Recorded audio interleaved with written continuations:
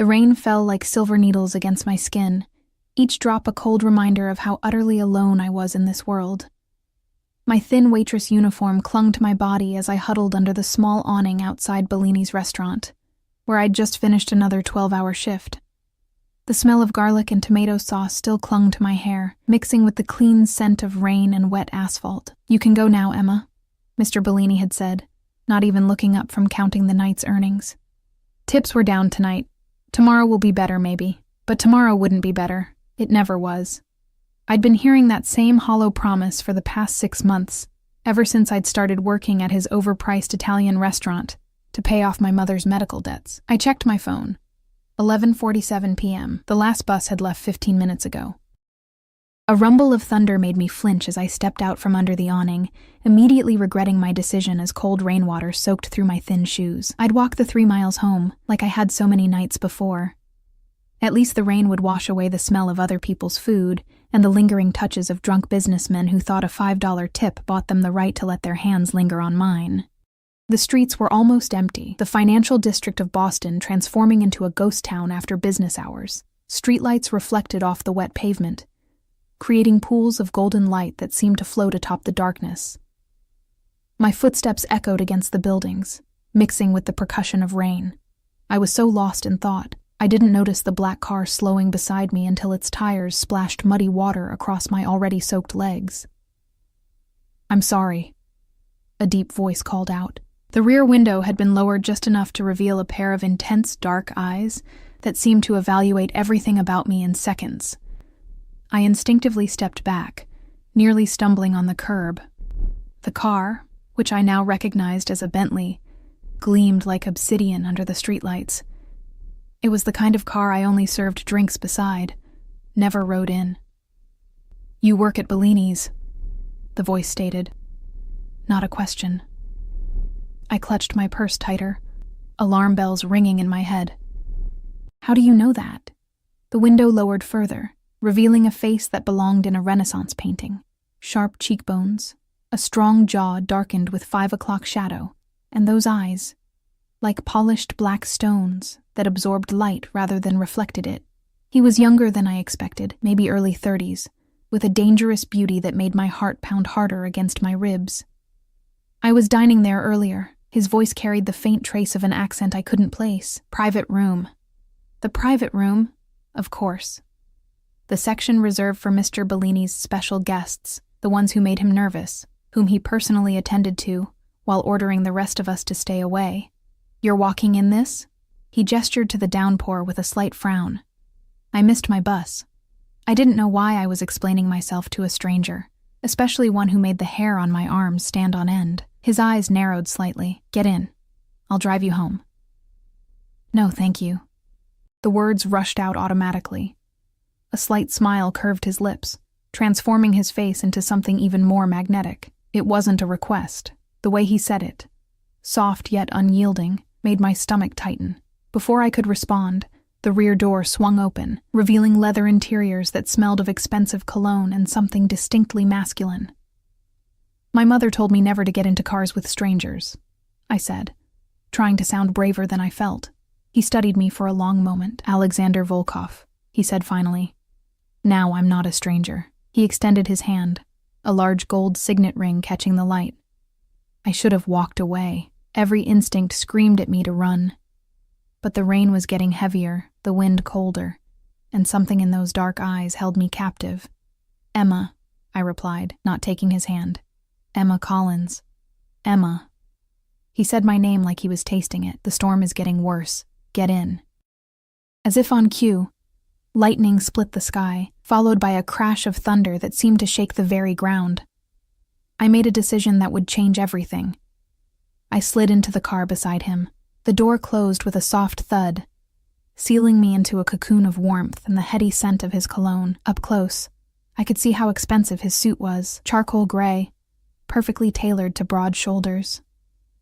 His hands resting casually on his thigh were adorned with only the signet ring, his nails perfectly manicured. "Where do you live?" he asked. I hesitated, suddenly aware of the foolishness of telling this stranger my address. "Dorchester," I said, naming only the district. He nodded to the driver, a broad-shouldered man whose eyes met mine briefly in the rearview mirror before returning to the road. "You're a long way from home," Alexander observed. "The pay is better downtown." I kept my answers short, my body pressed against the door, maintaining as much distance as possible in the confined space. "And yet you walk in the rain." His observation wasn't judgmental, merely curious, not by choice. He studied me in a way that made me feel like he was reading every page of my life story. "How long have you worked for Bellini?" 6 months. "You don't like it there?" Again, not a question. I glanced at him, meeting those intense eyes. "It pays the bills." "Barely, I would imagine." His gaze flickered to my worn purse, the frayed edges of my uniform. I felt a flush of shame creep up my neck. "I manage," I replied stiffly. The car glided through the empty streets, the rain creating a hypnotic pattern against the tinted windows. Despite my discomfort, the gentle motion and warmth began to make my eyelids heavy. I fought against it, determined to stay alert. "You're exhausted." His voice had softened, almost gentle. "Sleep if you need to. We'll wake you when we reach Dorchester." I shook my head. "I'm fine." He reached into a compartment and pulled out a cashmere blanket. "Here." When I didn't take it, he draped it over my lap himself, his fingers brushing against my leg. Even that brief touch sent an electric current through me. "Thank you," I murmured, unable to remember the last time someone had shown me such a simple kindness. "You're shivering." There was concern in his voice, but something else too, a possessiveness that should have alarmed me but instead made me feel strangely safe.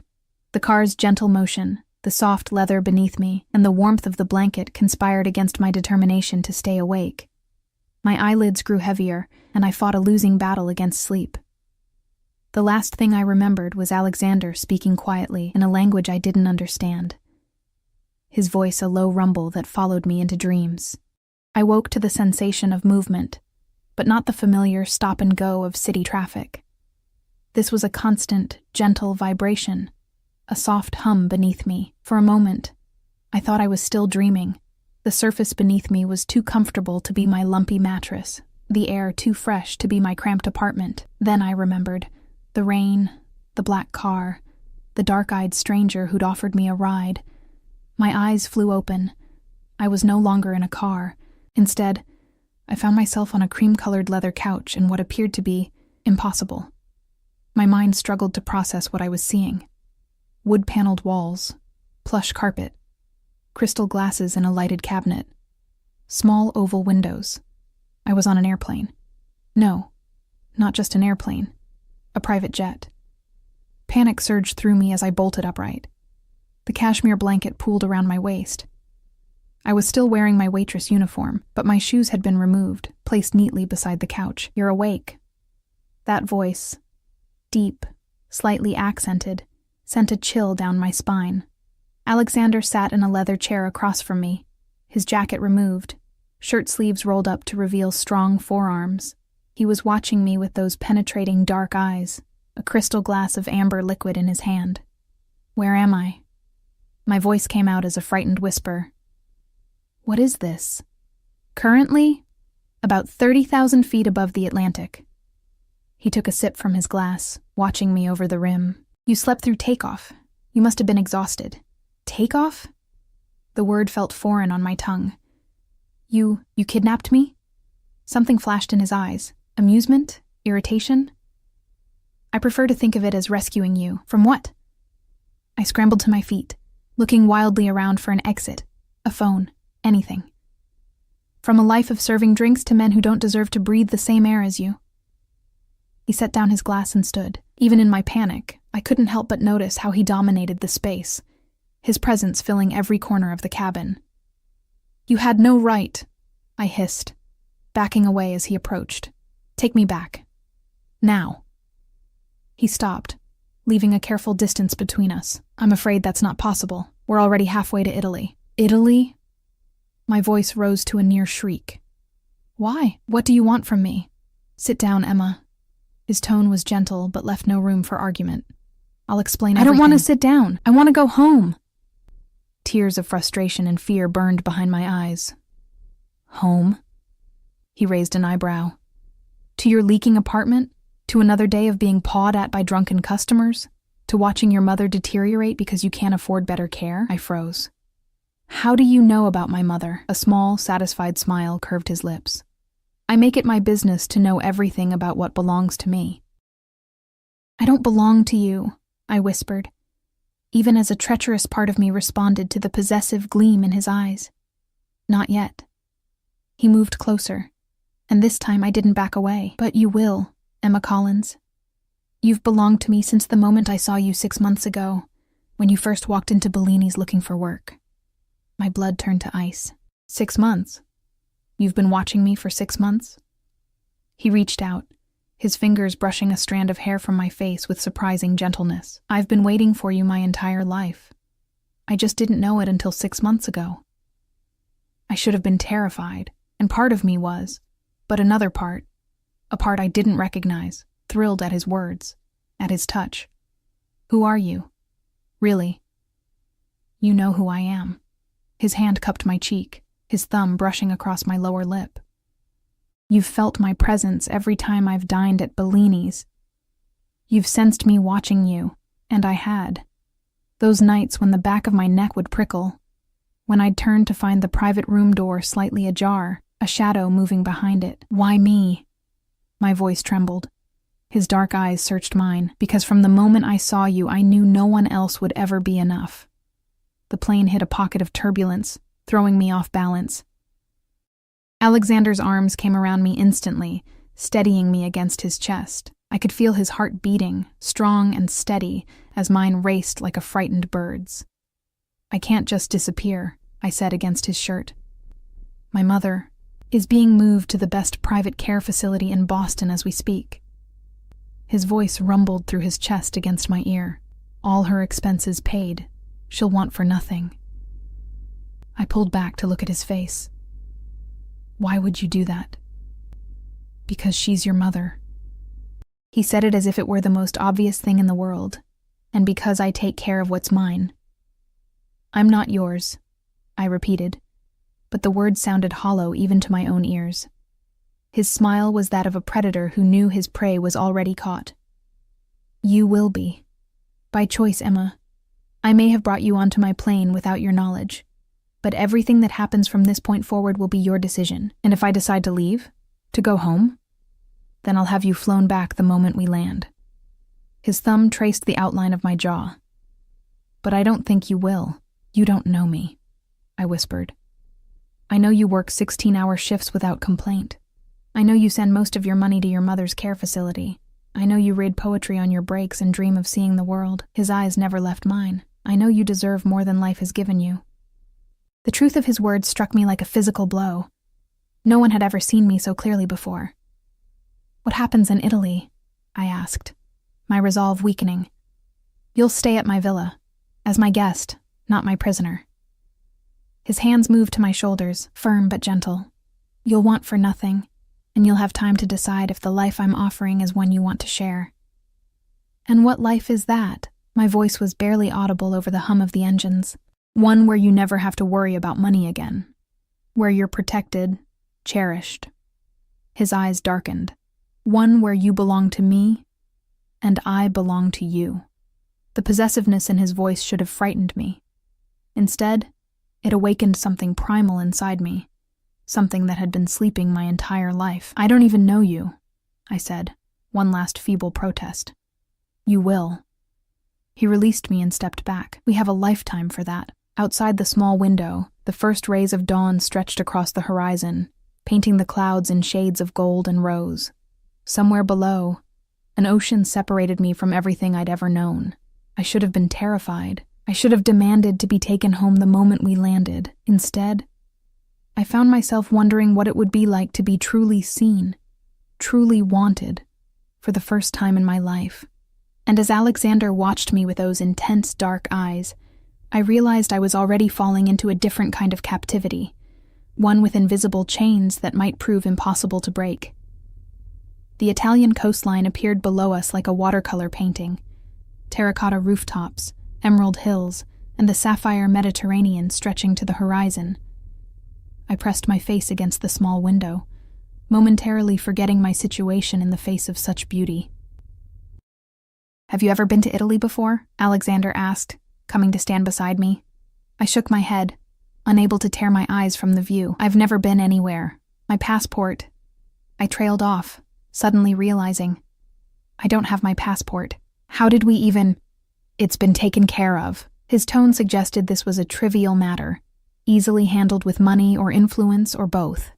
The plane began its descent, and my stomach lurched, partly from the changing altitude, partly from the reality of what was happening. I was in a foreign country with a man I barely knew, a man who'd essentially kidnapped me, a man who spoke of me as if I were already his possession. Yet here I was, heart racing with something that wasn't entirely fear. "Where exactly are we?" I asked, needing to break the heavy silence. "Amalfi Coast. My family has owned property here for generations." Family. The word sparked a flurry of questions. Who was this man? What kind of family did he come from? The private jet, the casual mention of a villa, the way he'd spoken of my mother's medical care as if the cost were inconsequential. All of it painted a picture of immense wealth. But there was something else, something in the watchful eyes of his driver, in the careful way he scanned our surroundings, in the power that emanated from him like a physical force. The plane touched down smoothly on what appeared to be a private airstrip. No terminal, no other aircraft, just a stretch of tarmac, ending near a cluster of sleek black vehicles. Men in dark suits stood beside them, sunglasses hiding their eyes even in the early morning light. "Your security?" I asked, nodding toward the waiting men. A slight smile curved his lips. "Among other things." The plane taxied to a stop, and Alexander rose, extending his hand to me. I hesitated before placing my fingers in his palm, letting him guide me to my feet. His hand was warm, his grip firm but gentle, as if he were handling something precious. "Whatever you need while you're here will be provided," he said, his eyes searching mine. "Clothes, books, anything. You only need to ask. What I need is to understand what I'm doing here," I replied, trying to keep my voice steady. "Why me? There must be 1,000 women more suitable for whatever this is." Something dangerous flashed in his eyes. "I didn't want suitable. I wanted you." His thumb traced circles on the inside of my wrist, just over my pulse point. "The moment I saw you, I knew." "Knew what?" "That you were mine." The simple declaration sent shivers down my spine. Even if you didn't know it yet, before I could respond, the cabin door opened, and the same broad-shouldered driver who'd been in the car appeared, nodding respectfully to Alexander. "Everything is ready, sir." "Good. We'll go directly to the villa." Alexander hadn't released my hand, and I didn't pull away as he led me toward the door. The heat hit me first, warm, fragrant air that smelled of salt and flowers. After Boston's endless rain, the Mediterranean sun felt like a caress against my skin. For a moment, I closed my eyes, tilting my face upward, absorbing the warmth. When I opened them, I found Alexander watching me with an intensity that made my cheeks burn. The naked hunger in his gaze wasn't purely sexual. It was deeper, more complex, like a man seeing water after days in the desert. He led me to the largest of the waiting vehicles, a sleek black SUV with tinted windows. The driver opened the rear door, and Alexander guided me inside with a light touch at the small of my back. His hand lingered there as he slid in beside me, his body close enough that I could feel the heat of him through my thin uniform. As we drove away from the airstrip, I caught glimpses of the coastline through the windows, winding roads carved into cliffs, glimpses of the sea far below, villas perched precariously on the hillsides like birds' nests. It was breathtaking, like nothing I'd ever seen outside of travel magazines. "It's beautiful," I murmured, almost to myself. "Yes," Alexander replied, but when I turned, he wasn't looking at the view. He was looking at me. "Beautiful." I flushed and looked away. "You said I'm free to leave. Does that offer still stand?" His expression hardened slightly. "I'm a man of my word, Emma. If you choose to go, I won't stop you. But I hope you'll give us a chance." "There is no us," I said quietly. "There's you, a man I met yesterday, who decided to bring me to Italy without my consent. And there's me, trying to figure out what the hell is happening. A muscle ticked in his jaw. I've known of you for 6 months. I've learned everything about you, your favorite books, your mother's condition, how you take your coffee in the mornings. I know you're drowning in debt that isn't even yours. I know you haven't bought yourself anything new in over a year because every spare dollar goes to your mother's care. My blood ran cold. That's not knowing me. That's stalking. Call it what you will. He shrugged, unapologetic. I wanted to be sure. Sure of what? That you were worth upending my life for. His candor startled me. I don't do this, Emma. I don't bring women into my world. It's too dangerous, too complicated. But with you... He shook his head slightly, as if he too were bewildered by his actions. With you, I had no choice. The car rounded a bend, and suddenly, the villa came into view. Villa was an understatement. It was a palace, cascading down the cliffside in a series of terraces and balconies, all gleaming white stone and climbing roses. The Mediterranean stretched behind it, an endless expanse of blue. My breath caught. This is yours? Ours, he corrected, watching my reaction carefully. If you want it to be.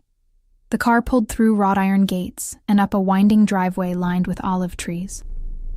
As we approached the main entrance, I noticed more men in dark suits positioned discreetly around the property, their attentive postures suggesting they were more than just household staff. Why do you need so much security? I asked, unease creeping back into my voice. Alexander's expression gave nothing away. My business interests require certain precautions. What exactly is your business? The car came to a stop before I could get an answer. The driver opened Alexander's door, and he stepped out before turning to offer me his hand. After a moment's hesitation, I took it, allowing him to help me from the car. Up close, the villa was even more magnificent, ancient stone mellowed by centuries of sun, windows framed by climbing roses, a fountain playing in the central courtyard. It was like something from a fairy tale, too beautiful to be real. Welcome to Villa Volkov, Alexander said, his hand coming to rest possessively at the small of my back. The massive front doors opened before we reached them, revealing a slender woman with silver-streaked black hair, her posture ramrod straight, her expression carefully neutral. Alessandra! Alexander greeted her in a tone that suggested respect rather than familiarity. This is Emma Collins. She will be staying with us. See that she has everything she needs. The woman's dark eyes flicked over me, taking in my rumpled waitress uniform, my tangled hair, my obvious discomfort. If she found anything unusual about my sudden appearance, she gave no sign of it. Of course, Mr. Volkov. Miss Collins, welcome. Her English was perfect, with just a hint of an Italian accent. Would you like to freshen up after your journey? Before I could answer, Alexander spoke. Have a bath prepared in the blue suite, and bring a selection of clothes. She arrived with nothing. The presumption in his tone made me bristle. I can speak for myself. Something like amusement flickered in Alessandra's eyes, quickly suppressed. Alexander, however, didn't look amused at all. His hand tightened slightly against my back. Of course you can, he said, his voice deceptively soft. But right now, you're exhausted, disoriented, and still wearing clothes you've been in for over 24 hours. Let Alessandra take care of you. We'll talk after you've rested. Put that way, it was hard to argue. I was exhausted, and the thought of a bath was too tempting to resist. I nodded, and Alessandra gestured for me to follow her. As I moved away from Alexander, his hand lingered on my back until the last possible moment, as if he were reluctant to break contact. I felt his eyes on me as Alessandra led me up a sweeping marble staircase and into the depths of the villa. The blue suite is one of our finest guest rooms, she told me, as we walked along a corridor lined with artwork that belonged in a museum. It has a private terrace overlooking the sea. How long has he owned this place? I asked, trying to glean any information I could. Alessandra's expression remained impassive. The Volkov family has owned this property for 3 generations. And what exactly does he do? For business, I mean. She slowed her pace, giving me a sidelong glance. Mr. Volkov has diverse interests. Import-export primarily, real estate, some technology investments. Her tone suggested the conversation was over. "Here we are." She opened a set of double doors to reveal a room that took my breath away. Sunlight streamed through floor-to-ceiling windows, illuminating walls painted the exact blue of the sea beyond the terrace. A massive four-poster bed dominated one wall, draped in white linens that looked cloud-soft. Fresh flowers filled crystal vases, their scent mingling with the salt air coming through the open terrace doors. "The bathroom is through there," Alessandra said, indicating a door to the right. "I'll have clothes brought up immediately." "Is there anything specific you require?" I looked down at my wrinkled uniform, suddenly acutely aware of how out of place I was in these surroundings. I don't know. Something comfortable, I guess." Alessandra nodded. "Very well. The bath will be ready shortly." She left, closing the doors behind her. And for the first time since entering the black car in Boston, I was alone. I moved to the terrace doors, stepping out into the warm sunlight. The view was breathtaking. Terraced gardens leading down to a private beach, the Mediterranean stretching to the horizon. What was I doing here? In less than 24 hours, I'd gone from a struggling waitress to... what? A guest in a billionaire's Italian villa. A captive, albeit in a gilded cage. The sensible thing would be to demand a phone, call the embassy, get myself home as quickly as possible. But home to what? My cramped apartment with its leaking ceiling? Another double shift at Bellini's, fending off wandering hands? My mother's medical bills, piling higher each month? And then there was Alexander himself. The way he looked at me, like I was precious, like I was necessary, stirred something in me I hadn't known existed. No one had ever wanted me like that before. No one had ever seen me the way he seemed to. A soft knock interrupted my thoughts. A young woman entered, carrying a stack of neatly folded clothes. She set them on the bed with a respectful nod. "The bath is ready, miss," she said in heavily accented English. "Is there anything else you need? A phone?" I asked hopefully. She hesitated. "I would have to ask Mr. Volkov." "Of course. Never mind. Thank you." After she left, I explored the bathroom, finding it as opulent as the bedroom. Marble floors, a sunken tub big enough for 3 people, already filled with steaming water scattered with rose petals. Expensive-looking bottles lined a shelf. Shampoos, oils, soaps. I shed my grimy uniform, letting it pool at my feet, and stepped into the tub. The hot water enveloped me, and I couldn't suppress a moan of pleasure. How long had it been since I'd had a proper bath? My apartment only had a cramped shower with unpredictable water pressure. As I soaked, reality began to set in. I was thousands of miles from home, with a man who'd admitted to watching me for months, who spoke of me as if I already belonged to him. A man with enough power and money to arrange international travel without documentation, to move my mother to a private facility overnight, to command a small army of security personnel. What kind of man had that kind of power? What kind of business interest required that level of protection? Import, export, Alessandra had said. But there was more to it, I was certain. The way his driver watched everything, the security throughout the property, the careful way Alessandra had answered my questions. It all suggested something beyond legitimate business. By the time I emerged from the bath, my skin flushed and my thoughts slightly clearer, I'd made a decision. I would stay. For now. I would learn what I could about Alexander Volkov and his world, and then I would decide whether to run or to stay. I wrapped myself in a plush towel and returned to the bedroom to examine the clothes that had been left for me. The selection was impressive. Dresses in various styles, pants, blouses, even lingerie and nightwear, all in my size.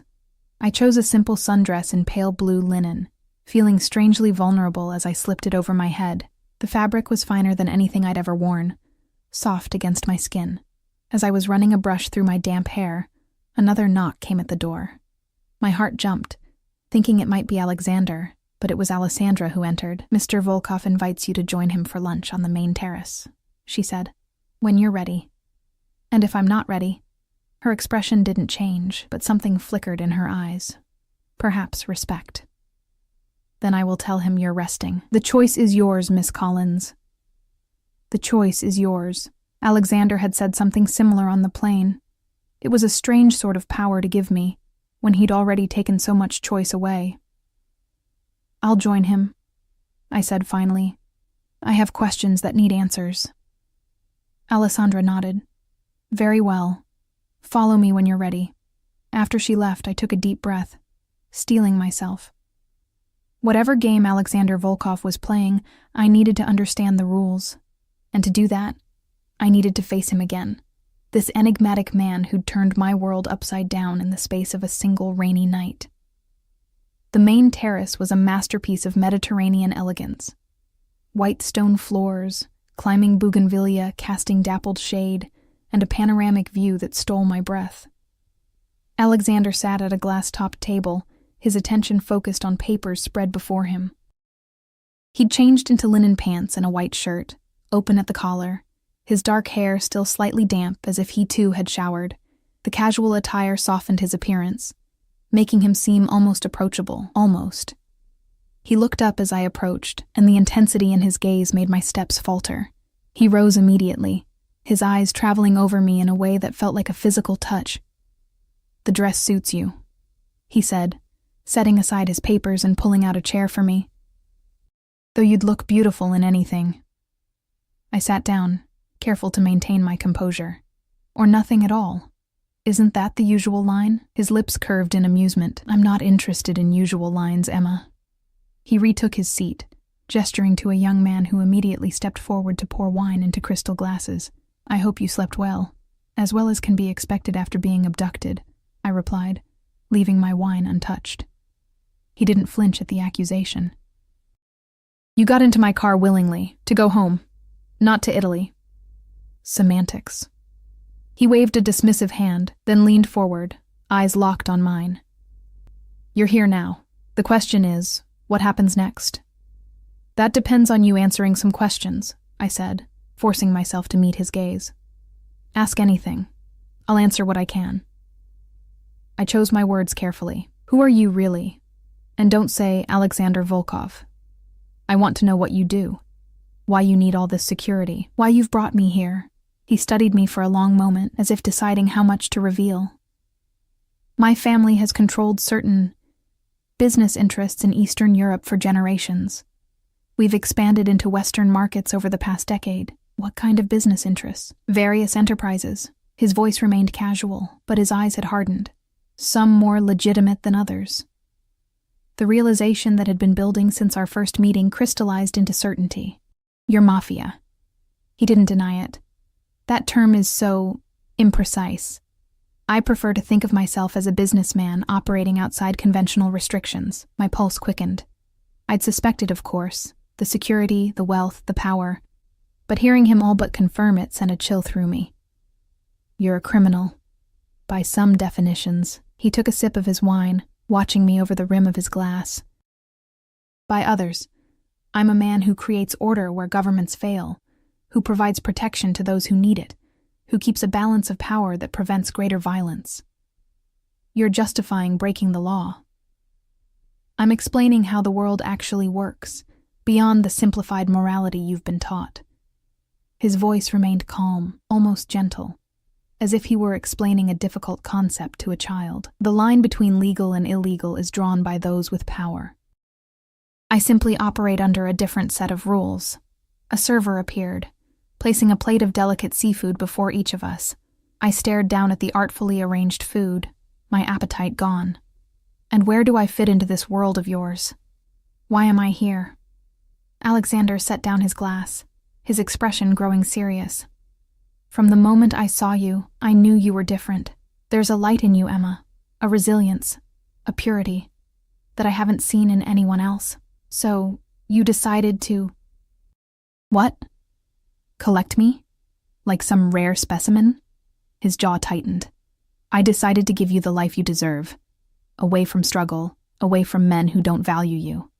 By taking me away from everything I know, without asking." I pushed my plate away, anger rising. "That's not protection. That's possession." "Yes." The simple admission startled me. "I want to possess you, Emma. I want you to be mine in every way a woman can belong to a man. But I want you to choose it. The raw honesty in his voice sent heat spiraling through me, contradicting the outrage I knew I should feel. And if I don't choose it? Then you're free to leave. His eyes never left mine. But I think you're curious about this life, about me, about what we could be together. He wasn't wrong. And that terrified me more than any threat could have. You're asking me to accept a life built on crime, on hurting people. I'm asking you to accept reality. He leaned forward, his voice dropping. The world you think you live in, where good is rewarded and evil punished, where hard work guarantees success, it's a fairy tale. I'm offering you truth and protection, and anything else your heart desires. The worst part was how tempting his words were.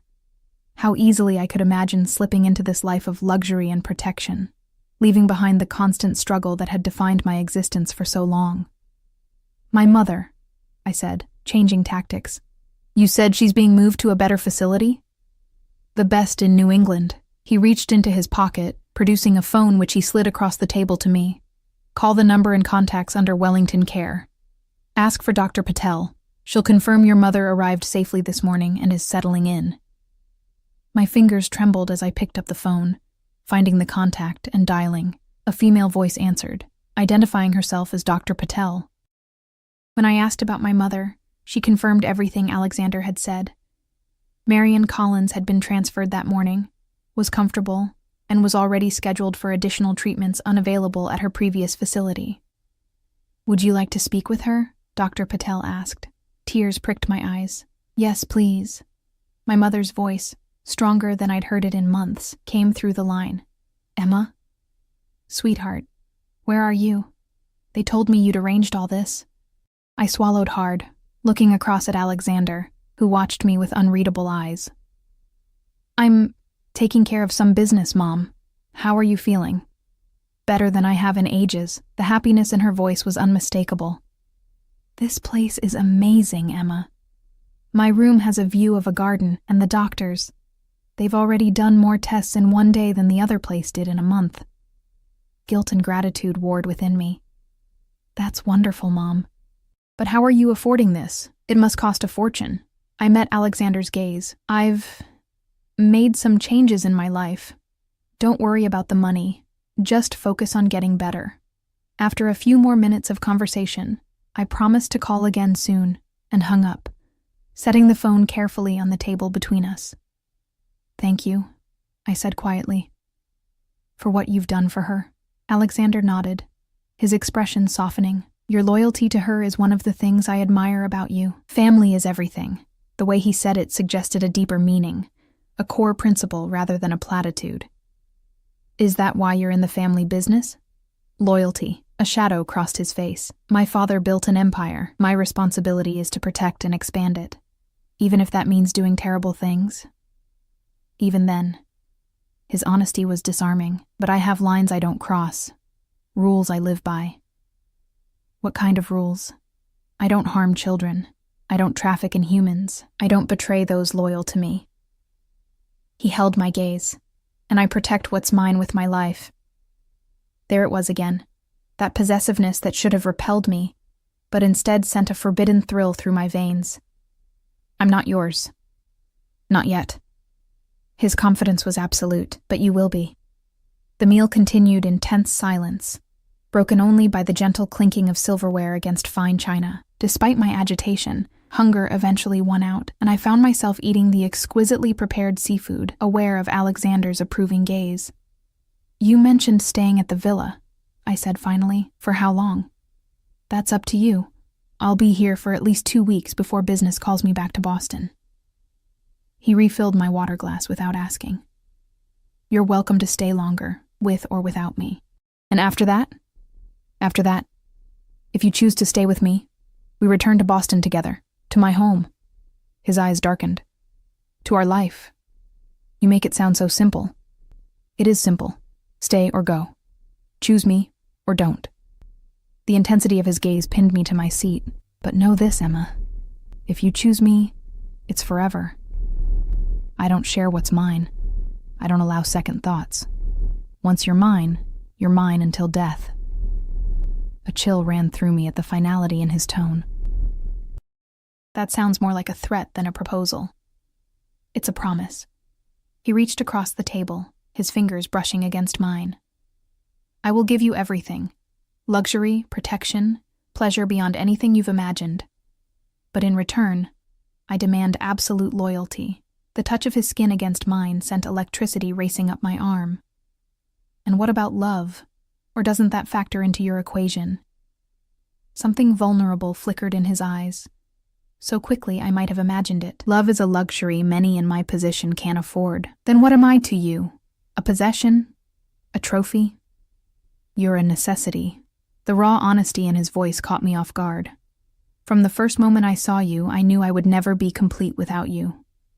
Before I could respond, a man in a dark suit approached, leaning down to whisper something in Alexander's ear. His expression hardened instantly, the vulnerable moment vanishing as if it had never existed. "Excuse me," he said, rising from the table. "Business requires my attention. Alessandra will show you around the grounds. We'll continue our conversation at dinner." He was gone before I could object, striding away with the confident gait of a man accustomed to command. The transformation had been instantaneous, from the almost tender man who'd touched my hand to the cold, controlled leader of a criminal empire. Alessandra appeared as if summoned by magic, her expression as unreadable as ever. "Would you care to see the gardens, Miss Collins? Or perhaps the beach?" I stood, still unsettled by Alexander's abrupt departure and the conversation that had preceded it. "The beach, I think. I need some air." She led me down a series of stone staircases that wound through terraced gardens, each more beautiful than the last. Olive trees provided patches of shade, their silver-green leaves rustling in the gentle breeze coming off the sea. "How long have you worked for him?" I asked as we walked. Alessandra's pace didn't falter. "For Mr. Volkov specifically, 3 years. For the family, nearly 20. What is he like? As an employer, I mean." She considered this for a moment. "Demanding, fair, unforgiving of betrayal," she glanced at me. "He values loyalty above all else." So I've gathered. We reached the bottom of the steps, where a pristine private beach stretched before us, the Mediterranean lapping gently at the shore. "Has he brought other women here before?" Alessandra's expression revealed nothing. "No, Miss Collins, you are the first. The information shouldn't have pleased me, but it did. Why me, do you think? It is not my place to speculate on Mr. Volkov's personal matters." Her tone was polite but firm, ending that line of questioning. I slipped off my sandals, stepping onto the warm sand. "Am I a prisoner here, Alessandra?" For the first time, something like sympathy crossed her face. "Mr. Volkov has given orders that you are to have whatever you wish. Go wherever you like within the property. Beyond that," she hesitated, "I cannot say. In other words, I was free within the confines of a gilded cage. I walked to the water's edge, letting the cool waves wash over my feet. The beach was entirely private, shielded from neighboring properties by rocky outcroppings. I could see security personnel positioned discreetly at various points, watching everything. "I'll leave you to enjoy the beach," Alessandra said. "When you wish to return to the villa, simply inform one of the staff, and they will escort you." Left alone on the pristine beach, I sat on the warm sand and tried to make sense of the bizarre turn my life had taken. 24 hours ago, I'd been a waitress in a rainy Boston night. Now I sat on a private Mediterranean beach, the property of a man who'd casually admitted to being a Mafia boss who spoke of me as if I were already his. The strangest part wasn't the luxury surrounding me or even the implicit danger of Alexander's world. It was how tempted I felt to accept what he offered, not just the material comforts, but the intensity of his focus, the way he seemed to see me completely. For someone who'd spent her entire life feeling invisible, that recognition was intoxicating. I stood, brushing sand from my dress, and walked along the shoreline. The water lapped at my feet, cool and refreshing under the warm sun. I could feel eyes watching me, the security personnel stationed around the property. But they kept their distance, giving me the illusion of privacy. After an hour of solitude, I made my way back to the stone steps leading up to the villa. A young man in a dark suit materialized as I approached. "Would you like to return to your room, Miss Collins?" he asked in accented English. Actually, I'd like to explore the villa, if that's allowed. He nodded. Of course, I can show you around, or you may explore on your own. Mr. Volkov has given instructions that you have full access to the property, except for his private office when he is conducting business. I'll explore on my own, thank you. He inclined his head respectfully. If you need anything, there are staff throughout the villa. You only need to ask. The villa was even more extensive than I'd initially realized, a sprawling complex of interconnected buildings climbing up the hillside. I wandered through grand rooms filled with priceless art, intimate reading nooks tucked into unexpected corners, and expansive terraces offering different perspectives of the coastline. In one wing, I discovered what appeared to be family spaces, photo frames on tables, books left open as if recently read, a half-finished chess game on an antique board. I picked up one of the photos, studying the image of a younger Alexander standing beside an older man with the same penetrating dark eyes. His father, I assumed, the man who had built an empire that Alexander now controlled. That was taken in St. Petersburg 5 years ago. I nearly dropped the frame at the sound of Alexander's voice. He stood in the doorway, his expression unreadable as he watched me replace the photo carefully on the table. I'm sorry, I was just exploring. Don't apologize. He moved into the room, his presence immediately filling the space. He'd changed again, now wearing a tailored suit that emphasized his broad shoulders. You're free to go anywhere in the villa. Except your office during business, I said, recalling the security guard's words. A slight smile curved his lips. For your protection, not mine. Some of my associates can be unpredictable. Dangerous, you mean? Yes. He didn't bother to deny it. Not everyone in my world shares my code of ethics. Ethics. I couldn't keep the skepticism from my voice. Is that what you call it? Instead of taking offense, he moved closer, stopping just within arm's reach. Mock if you wish, but even in my world, especially in my world, rules are necessary, lines that cannot be crossed, and what happens to those who cross them? His eyes hardened. They are dealt with. The way he said it sent a chill down my spine. This man, who looked at me with such tenderness, was capable of violence I could barely imagine. Your business earlier, I said, changing the subject. Is everything all right? Nothing for you to worry about. He reached out, tucking a strand of hair behind my ear, his fingers lingering against my cheek. Just a minor territorial dispute. Territorial dispute, I repeated. Like gang wars? His expression darkened. We're not street gangs, Emma. We're organizations with histories spanning generations, controlling billions in assets. When conflicts arise, they're handled with precision and violence. When necessary. He didn't apologize or justify, simply stated it as fact. I stepped away from his touch, needing distance to think clearly. I can't pretend to understand your world, Alexander. It's so far removed from anything I've known.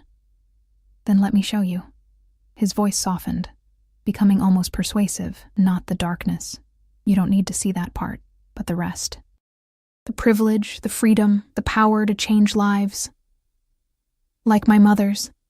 Yes. Like your mother's. He closed the distance between us again. Do you have any idea how much good you could do with the resources I'm offering you? How many lives you could improve? It was a seductive thought, having the means to help others the way I'd always wished I could. At what cost? To you? Nothing but your loyalty to me. His eyes burned into mine. I would never ask you to compromise your principles, Emma. Your goodness is part of what draws me to you. And if your world threatens that goodness, if being with you means accepting things I can't morally justify, then you walk away. He said it simply, though something flashed in his eyes. Pain, perhaps, or fear. But before you decide, give me these 2 weeks. Let me show you what life with me could be. It was reasonable. Too reasonable. Coming from a man who'd essentially kidnapped me. But standing there, looking into his eyes, I found myself nodding. 2 weeks. Relief washed over his features, quickly masked by his usual controlled expression. Good. Now, would you join me for dinner? There's a restaurant in Positano I think you'd enjoy. I don't have anything suitable to wear to a nice restaurant, I said, Gesturing to my simple sundress, his smile returned, warm and genuine. That's easily remedied. I took the liberty of having some additional items brought to your room while you were at the beach, including evening wear. Of course he had. You seem very confident I'd agree to stay. Not confident. Hopeful. The sincerity in his voice caught me off guard. Be ready at 7? I'll meet you in the main hall. The dresses laid out on my bed when I returned to my room were breathtaking. Designer pieces in silks and chiffons, each one probably costing more than I'd earned in 6 months at Bellini's. After a quick shower, I selected a midnight blue slip dress that fell just above my knees, elegant in its simplicity. Among the accessories, I found a delicate silver bracelet that complemented it perfectly. Looking at my reflection in the full-length mirror, I barely recognized myself. My hair, usually pulled back in a functional ponytail for work, fell in soft waves around my shoulders. The dress clung to curves I usually hid under baggy clothes. Even my eyes seemed different, wider, brighter, as if seeing the world anew. At precisely 7, I descended the marble staircase to find Alexander waiting in the entry hall. He wore a black suit that fit him impeccably, his dark hair combed back from his forehead. When he saw me, he went still, his eyes traveling slowly from my face down the length of my body and back again. You are breathtaking, he said, his voice lower than usual. Heat crept into my cheeks. Thank you. For the dress and everything. He offered his arm. Shall we? Outside, a sleek sports car waited, its engine purring softly. Alexander opened the passenger door for me, his hand resting briefly on my lower back as I slid inside.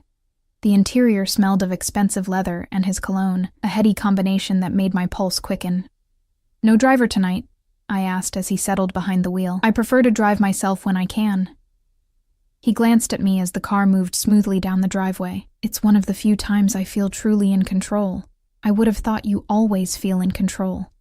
His laugh was unexpected, rich and genuine. Appearances can be deceiving. In my position, I'm constantly balancing competing interests, managing volatile personalities. It's a delicate web. And what happens when the web breaks? His hands tightened on the steering wheel. People die. The blunt response silenced me as we wound along the coastal road, the Mediterranean glittering in the early evening light. Alexander drove with confident precision, taking the hairpin turns with ease, one hand occasionally dropping to rest on my knee as if he couldn't bear not touching me. Positano revealed itself around a bend, a pastel-colored cascade of buildings tumbling down the hillside toward the sea, like something from a fairy tale. Alexander navigated the narrow streets with practiced ease, eventually pulling up before a restaurant perched on a cliff edge. They have the best seafood on the coast, he said as we entered, his hand once again finding the small of my back, and a wine cellar that would make you weep. The maitre d' greeted Alexander with nervous deference, immediately leading us to what was clearly the best table, a secluded spot on the terrace with an unobstructed view of the sunset over the Mediterranean. No reservation had been mentioned.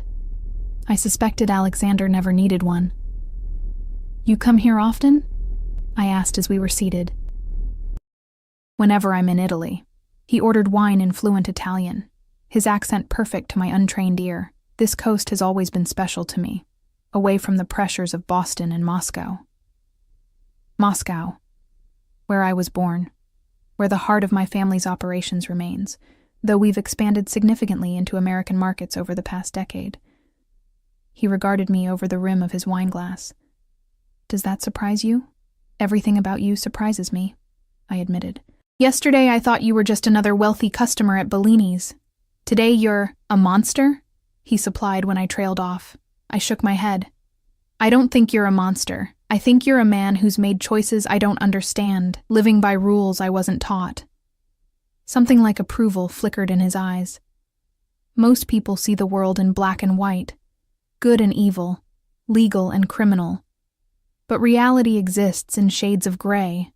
The politician who takes bribes to fund his campaign, the corporation that poisons a river to save costs, the police officer who looks the other way for the right price, are they so different from me? At least I'm honest about what I am. And what are you exactly? A man who creates order from chaos, who protects those loyal to him, who keeps his word, always. His eyes held mine. A man who has never wanted anything or anyone the way I want you. Heat bloomed in my chest, spreading outward until my whole body felt flushed. The intensity of his gaze, the raw honesty in his voice made it hard to breathe. Why? The question escaped in a whisper. Why me? Alexander was silent for a long moment, as if carefully choosing his words. I've known many women, Emma, beautiful women, intelligent women, women born into my world, who understand its rules and expectations. But none of them has what you have, which is light. He said it simply. A fundamental goodness that hasn't been corrupted by hardship or ambition. A strength that comes from within, not from power or wealth. His voice dropped lower. From the moment I saw you, I knew you were what I've been searching for without knowing it. The missing piece. The server arrived with our appetizers, breaking the moment. Throughout the meal, Alexander was attentive, ensuring my glass was never empty, asking about my preferences, sharing stories of the region's history and his previous visits. He was charming, knowledgeable, and at times even playful. A side of him I hadn't glimpsed before. It was easy, too easy to forget who he was, what he was. As we shared a dessert, a delicate lemon tart with fresh berries, I found myself laughing at a story he told about his first visit to Italy as a teenager. His smile in response was warm, genuine, reaching all the way to his eyes. You should laugh more often, he said, reaching across the table to brush his fingers against mine. It transforms you. Our fingers intertwined on the tablecloth, and I didn't pull away. The wine, the setting, the man across from me, it all combined to create a dreamlike quality, as if we were characters in a story rather than real people with complicated lives. What happens next? I asked, my voice soft in the candlelight.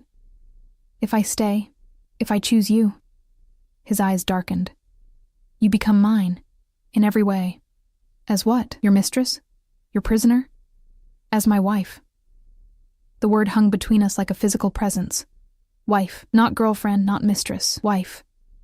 The most permanent, binding claim a man could make on a woman. You can't be serious, I whispered, my fingers suddenly stiff within his. I've never been more serious about anything in my life.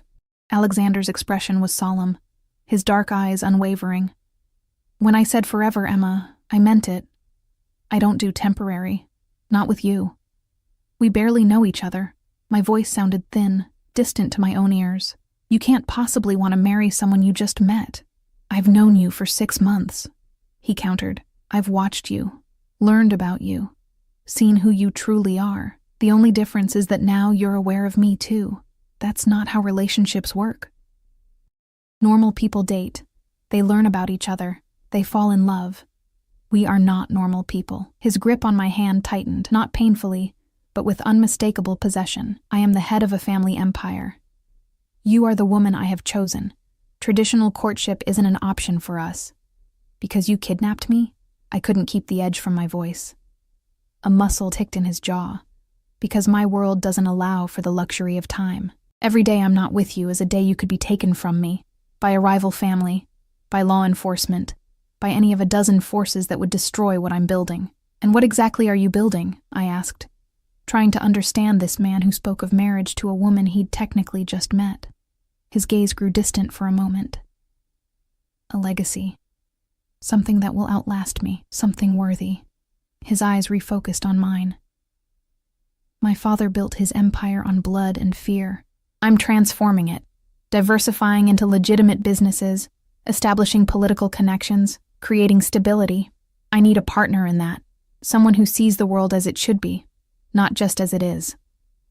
And that's me? A waitress from Boston with no connections, no wealth, nothing to offer your empire? You have everything to offer. The sincerity in his voice was disarming. Compassion, moral clarity, strength that comes from goodness, not fear.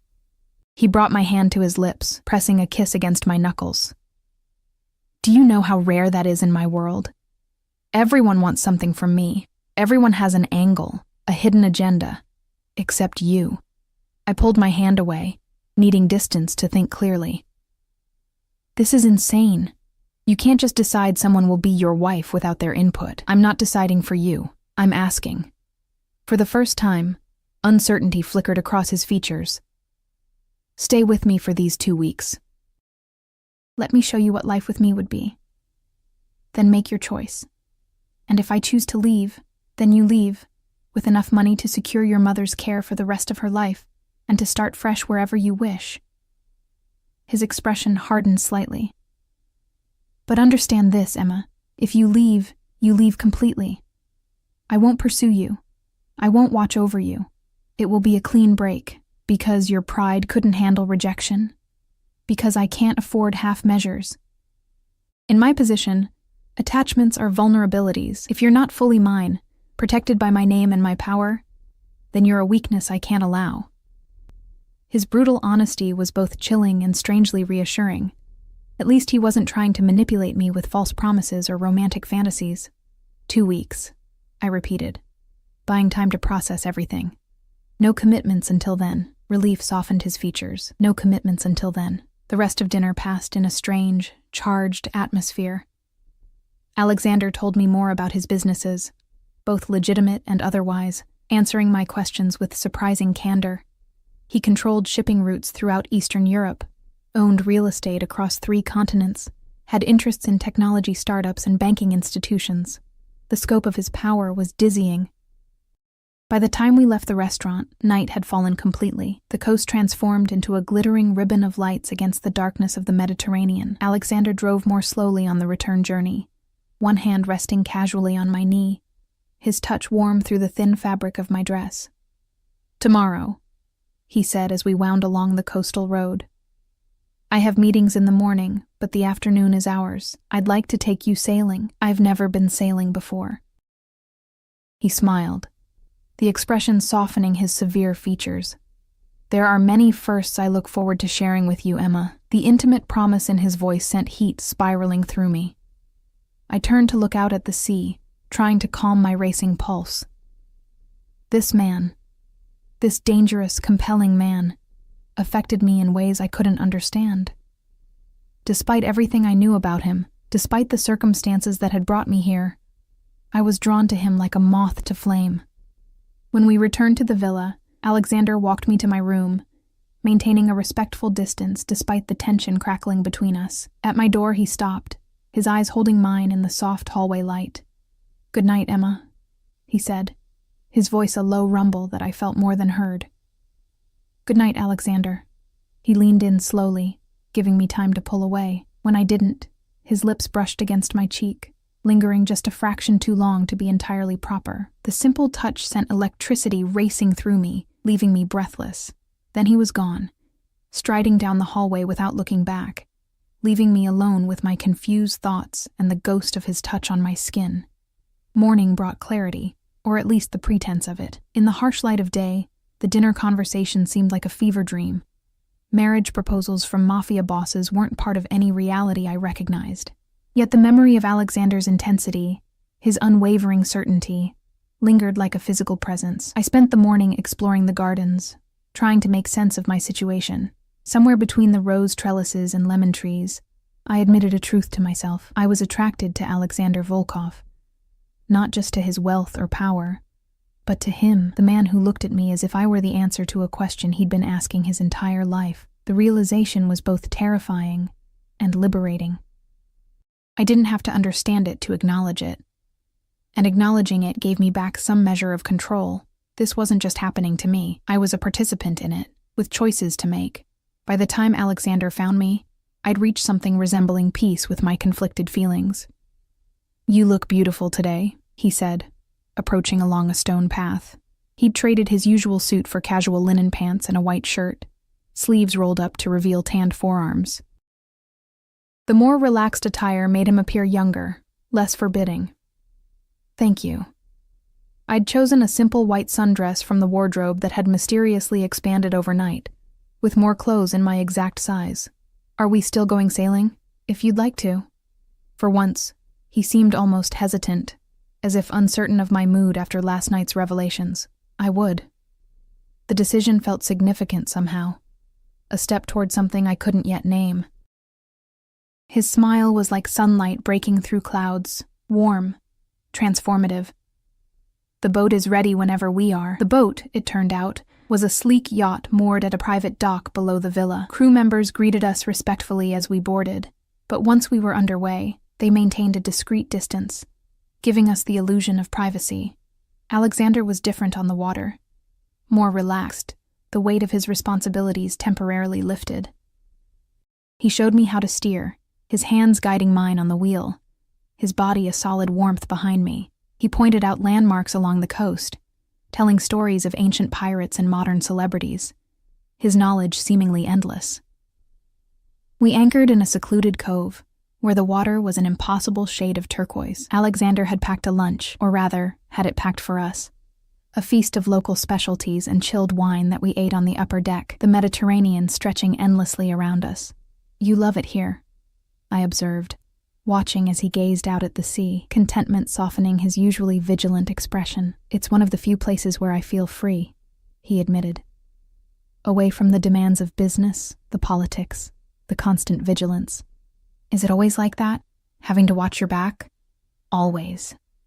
There was no self-pity in his tone, just statement of fact. "It's the life I was born into, the price of the power I hold." Sounds lonely. The observation slipped out before I could filter it. His eyes met mine, something vulnerable flickering in their depths. "It is. That's why finding you." He trailed off, then reached across the small table between us, his fingers brushing mine. "You see the real me, Emma, not just the power or the money or the danger. You see me." The simple truth of it resonated within me. Despite everything, the kidnapping, the criminal empire, the impossible marriage proposal, I did see him. The man beneath the Mafia boss. The human being behind the carefully controlled exterior. "I'm trying to," I said honestly. His smile was brief but genuine. "That's more than anyone else has ever done." After lunch, he suggested swimming. I hesitated, not having packed a swimsuit, but he produced one. Of course he had, in my exact size. A modest navy blue one-piece that somehow still managed to be elegant.